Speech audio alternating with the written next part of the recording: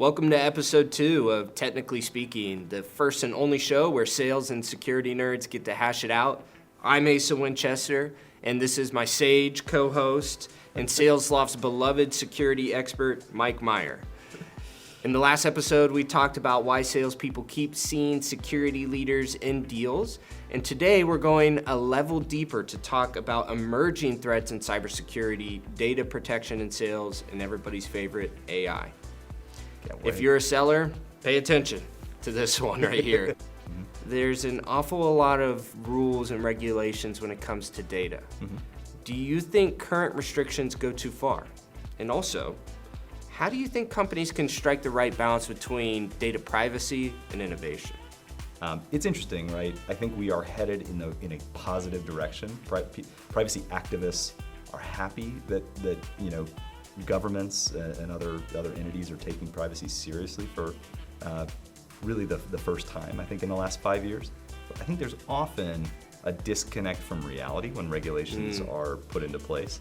When you put one regulation in place for every single type of business in an entire jurisdiction, right, there are going to be cases where the legislation doesn't make a ton of sense for that business.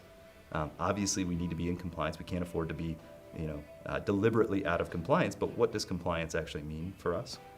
How do we ensure that we're still able to be competitive and in some ways use that compliance to our advantage to be competitive? And so I think there's a balance for sure. I don't think they're mutually exclusive. So on that note about data privacy, how does your team approach data protection and privacy compliance? So the information security team at Salesloft is actually responsible for privacy, but we're not alone in that fight, right? We are working extremely closely with our marketing team, our sales organization, our engineers, our product team, our infrastructure team, and maybe most importantly, our legal team, right? Our legal team has the training and expertise to be able to read legislation and understand how that impacts our business. So when you think about our sales motion, for example, right, there's a lot of technology involved in that process, and there's a lot of data that flows through our systems. And so for us, that means ensuring that the configurations in our systems, the way we work with our legal team to get interpretations of the law that are accurate, that put us in compliance. Okay, that has to translate into process as well, and so that requires us to work with risk owners across the business. It requires a true village to be able to remain in compliance and have that compliance be meaningful for our business. Yeah, it makes sense. You're going product, legal, obviously your team. Something we have in common is we both work very closely with legal. Absolutely. Here, absolutely different purposes, but we're close. Well, Mike, I think what you're talking about from an innovation and a competitive standpoint really feeds into this next question. I'm curious to hear how your feelings about AI have really developed, let's say, in the last 6 months.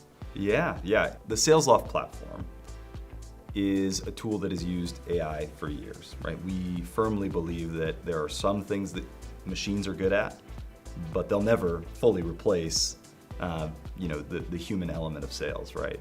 Over the last 6 months, I think the most disruptive kind of event has been sort of this advent of large language models and generative AI. I think we recognize that generative AI is a really, really important technology for the sales industry. Security leaders, when we see an emerging technology, we just think of how it can be exploited by adversaries. And so that is the first thought that we had, our team internally, right?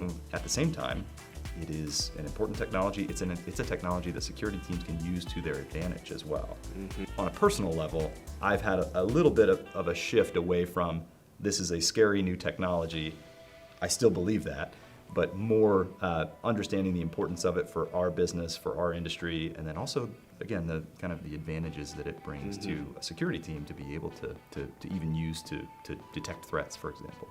Now, here's a term I hear coming up a decent amount at Salesloft, which is explainability in AI. Can you tell me more about that? Look, again, machines are good at some things. Humans are good at lots of things, right? And one of the things that humans are really good at is understanding reality. And so if a machine says, this is a thing that you should go do, it helps for a human being to be able to understand why why are you suggesting this? What are the data elements that went into this being recommended for me, so that I can make a decision as to whether that's actually the best thing right now for the deal that I'm in, for example. Well, let's round out with just a few things that make the Chief Information Security Officer's skin crawl just a little bit. The things that keep you up at night. What are some of those emerging cybersecurity threats that you see being a bigger concern in the next year or so? I think we're going to see a continued focus from adversaries on identity infrastructure. So if you look over the last year plus, there are incidents at LastPass and Okta, and obviously those companies have a really tough job. They are under constant pressure, right? Facing they're targets for adversaries, and so I think we're going to see a continued focus there. And then I also think, going back to generative AI, I think generative AI is also a useful tool for adversaries, right? And so we as human beings, as security teams, are going to have to adapt to make sure that our organizations are resistant to and resilient from attacks that involve generative AI.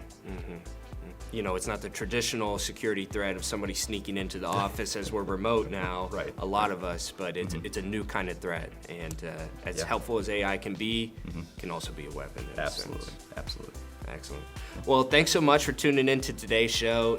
In the next episode of Technically Speaking, we'll be talking about the inherent security risks that come with product innovation.